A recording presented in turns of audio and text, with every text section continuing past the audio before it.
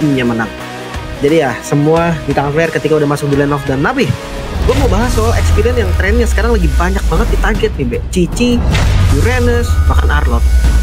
Ya udah pasti ya, apalagi Cici kayaknya buang aja sih, ban aja sih menurutku. Kayak nggak bijak banget kalau emang mau dilepaskan. Terutama mungkin ketika dibutuhkan juga sih. Kayak first pick Cici itu udah jadi hal yang usual, hal yang common banget. Kayak nggak perlu kaget kalau misalkan nanti ada Cici di first pick, karena emang sepenting itu dan se-fleksibel itu juga dengan build yang begitu banyak. Tapi udah terlihat di sana ada first pick dari Lancelot ternyata yang diberikan begitu saja. Cicinya sudah di-ban, tapi untuk Varsha dan Uranus itu langsung diamankan juga sama RRQ Hoshi. RRQ bisa kita bilang memiliki indeks yang mungkin agak sedikit kalah dengan Onyx, tapi semuanya itu ada di draft yang sesungguhnya laga Royal Derby. Mari kita saksikan di Lane of Time untuk seluruh penonton sahabat Mobile Legends di kolom komentar. Ramaikan dengan emoji tepuk tangannya. Let's go to the Lane of Time. Oke, kita lihat ya. Ini dia pertarungan yang dari tadi ditunggu-tunggu. Skylar melawan mantan timnya. Akankah menjadi hasil baik bagi Skylar atau malah Toy nih yang bisa membuktikan seperti kata Tuturu tadi. Tapi ada Clash of Era, veteran versus Youngblood dari para roamer. Wah, ini dia nih yang paling penting ya. Bagaimana kedua roamer akan melakukan setup dan seperti biasa untuk urusan clear wave minion. Ini sangat diuntungkan sekali dengan adanya Grok. Toy akan lebih dominan di area laning, akan lebih berani untuk memberikan poke damage dan lihat Skylar bahkan sudah ke-trigger untuk Regen yang dia miliki.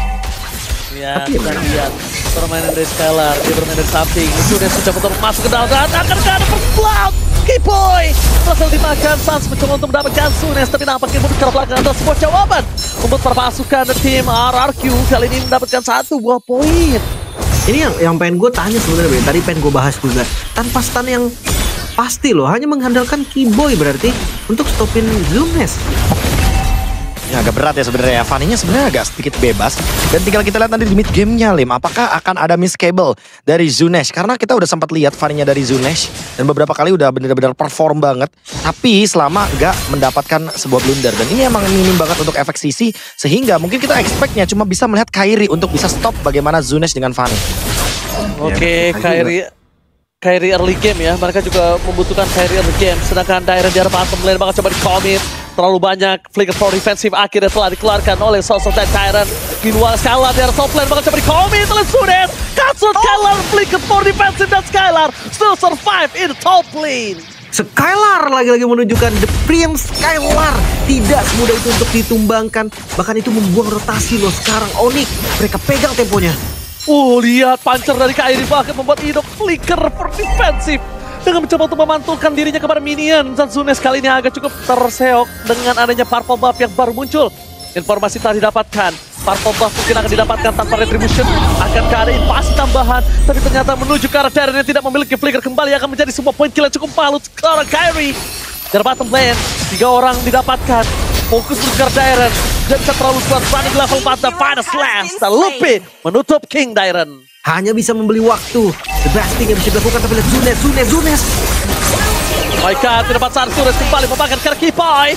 Mendapatkan Kairi kembali one fire situation. Kairi, untungnya tidak ada Katsut, banyak Katsut di sana bakal coba dihentikan oleh Lupi. Fight down from Lupi berhasil menutup poin kill yang sangat mahal. Bahkan Riz tidak memiliki panel bisa melakukan simpan kembali. What a play from Lupi. Wah, gak mau kalah dari keduanya. Team fight agresif selalu ditunjukkan. Bahkan lihat punishment-nya, Be. Dari awal bisa dilakukan. Ya, ini benar-benar aktif banget ya. Terutama buat Lutfi. Dapetin 2 poin kill. Poin yang positif banget buat Onyx. Karena dia nggak cuma menghentikan dari Zunesh-nya untuk Snowball. Tapi juga menghentikan Dairen dengan cut wave-nya. Sehingga idoknya nggak bisa connect juga nih sama roamer-nya dari Onyx. Dan sekarang Kiboy yang akan lebih aktif untuk melakukan setup. Oke, Kiboy bakal mencoba untuk menabrak. Mereka tahu Zunes tidak memiliki karakter buff. Juga ke depan sana. Sekalipun dia memakan karakter Kairi, nggak terlalu bisa dikunci. Ingat, Kairi dengan Lancelot-nya. Ini legend sekali. Jangan lupakan hal tersebut. Dan Lutfi bermain seakan-akan dia seperti Lancelot. Dia juga bisa loncat ke kiri, ke kanan. Dan ini dia emblemnya Profesor KB. Ini kalau ngomongin soal emblem ya. Basic Common, Tenacity, Dairen itu aja pun tembus loh tadi di bagian bottom lane. Jadi mungkin untuk Dairen harus lebih berhati-hati. Kalau misalkan emang backupnya belum siap, harus mundur terlebih dahulu. Dan untuk Lutfi kayaknya emang udah siap banget dengan Thrill dan Festival of Blood. Makanya jangan kaget kalau nanti tiba-tiba Lutfi maunya team fight dan team fight. Really? Mereka sudah mulai bergerak mencoba untuk memaksa para pasukan dari RRQ untuk mengeluarkan retribution terhadap Purple Buff. Tapi ternyata ada call yang membuat mereka merubah haluan mereka. Lihat, haluan mereka berubah. Surprise! Positioning yang terbuka terekspos dengan sangat indah membuat para pasukan dari tim Onyx mereka memakan dengan poin kill yang sangat manis. Sunes memilih untuk mundur ke arah belakang. Positioning terbuka, aware, ambush yang tidak ada visionnya untuk Rinse, yang membuat dia membuka Feather Strike yang akhirnya di depan mata ada Sans dan juga Kairi dengan lahap sang raja. Kontes. Mereka coba untuk terjadi. Sunes menuju ke depan, Torres retribution tapi shutdown pun terjadi. Retribution Kairi masih menjadi satu buah poin retribution yang sangat manis, mendapatkan keunggulan dengan adanya kehilangan Riz dan juga Idok. Tapi ditukar dengan Lutfi masih worth it. Cuma problem yang tidak boleh mereka lupakan adalah satu, Sunes bermain, Sunes menjadi target utama. Tapi lihat apa yang dilakukan Sunes, memberikan ruang dan waktu untuk Toy. Lihat, Toy bahkan seakan-akan terlalu banyak yang bisa dimakan sama Toy tanpa ada hambatan atau invasi sekalipun. Itu dia tadi karena memang Fanny-nya bebas. Jadi Zunes berani banget tadi walaupun darahnya udah low dan energi habis. Iya, tentunya tidak ada efek stun pasti, tidak ada stopper pasti. Cuma masalahnya gara-gara dapetin 2 turtle ini bener-bener lo lihat Skylar yang awalnya kena poke banyak banget. Dia unggul level sekarang. Bener-bener kesusul dan Onyx distabilkan ekonominya hanya karena retribution dari Kairi. Dan kita bisa melihat sendiri di sini Dairen pun kayaknya bakal susah banget untuk open vision ketika Rinse tadi udah sempat spot. One. Oke, one by one situation Skylar. Hampir aja ada highlight 1 minggu tentunya kali ini.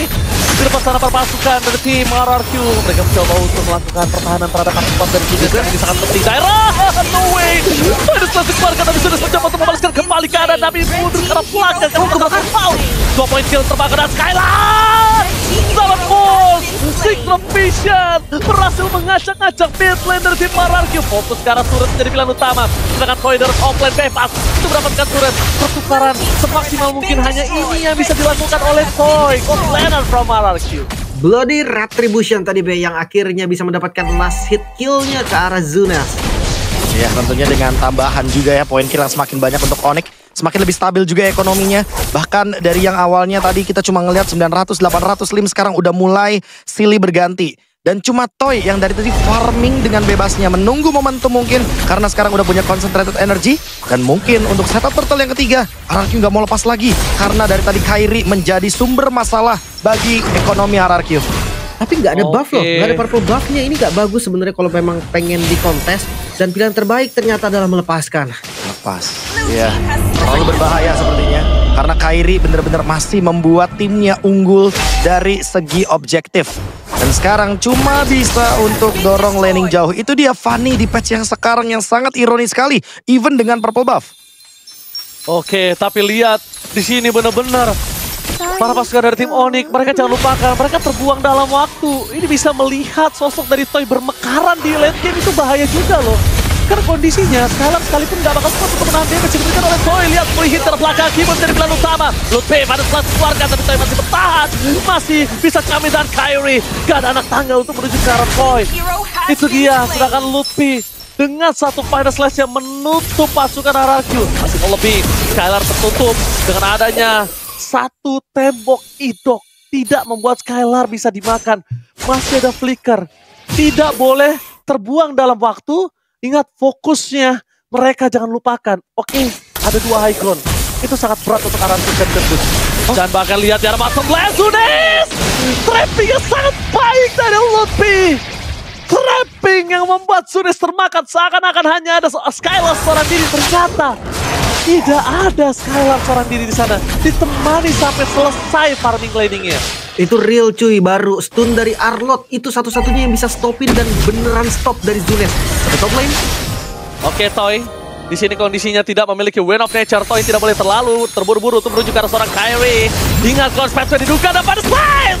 Lutfi menuju ke arah seorang Toy, termakan bersama dengan adanya Red. Sekeratul maut masih coba untuk bertahan dengan Vengeance-nya. Tapi Lutfi nampaknya gak bisa terlalu lama karena akan dilakukan oleh Oh my God, Lutfi berhasil tetap bisa memakan Red. Hidup dan Toy 3 pemain dari RRQ mereka tumbangkan dengan kondisi berusaha Lord yang pertama.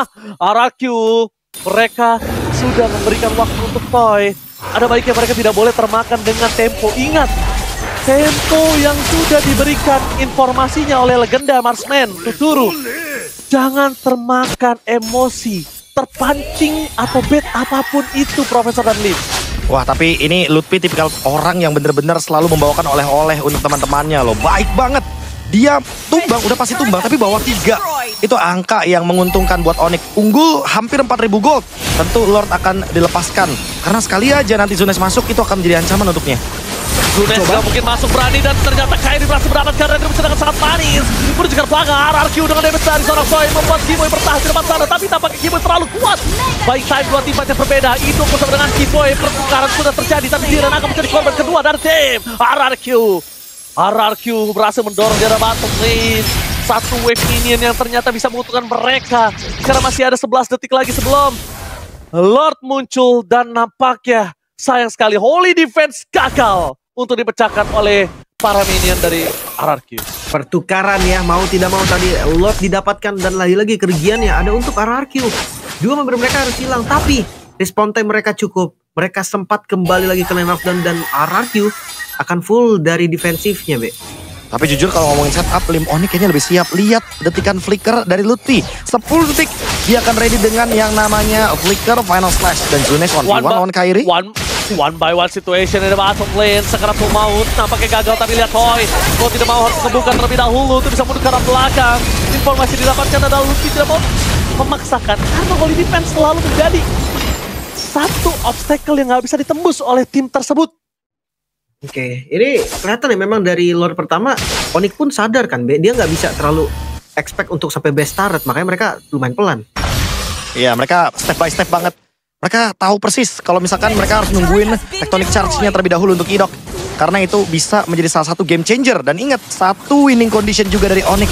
Respect hero momentum dari Idok. Makanya kayaknya mereka nggak mau buru-buru untuk flicker final slash.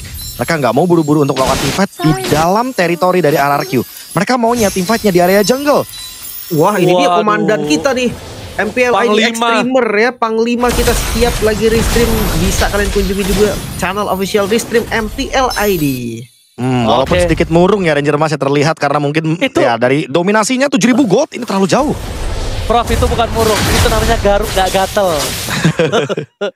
Itu dia garuk kepala tapi gak gatel. Artinya lumayan mirip sih, Ji. Artinya lumayan mirip sebenarnya.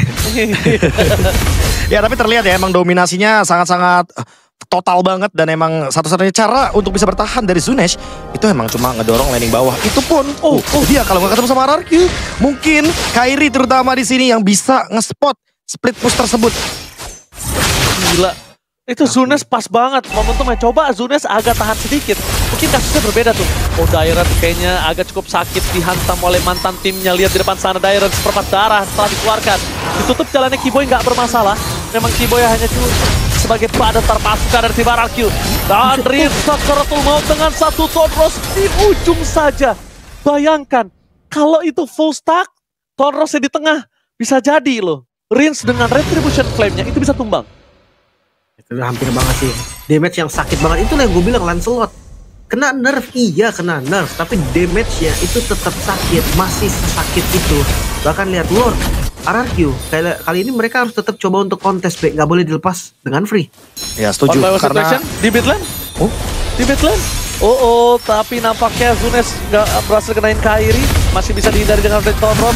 Tapi lihat Rins membuka pada strike Kairi. Target utamanya menunjukkan Rins. Menutup warung ini memiliki dari Rins. Tapi para pasukan dari tim RRQ, mereka mundur mendadak. Mereka nggak punya source skill lagi. Selain dari Idok, apakah Idok mampu berhasil mendapatkan itu dia? Tectonic yang berhasil membuat para pasukan dari tim Onyx porak-poranda. Hanya Kibo yang bisa mereka dapatkan. Karena kalau misalnya mereka masih mau lebih, pertukarannya adalah dengan mereka akan tumbangnya lebih banyak. Dan itu nggak baik ketika Lord di tangan Onyx.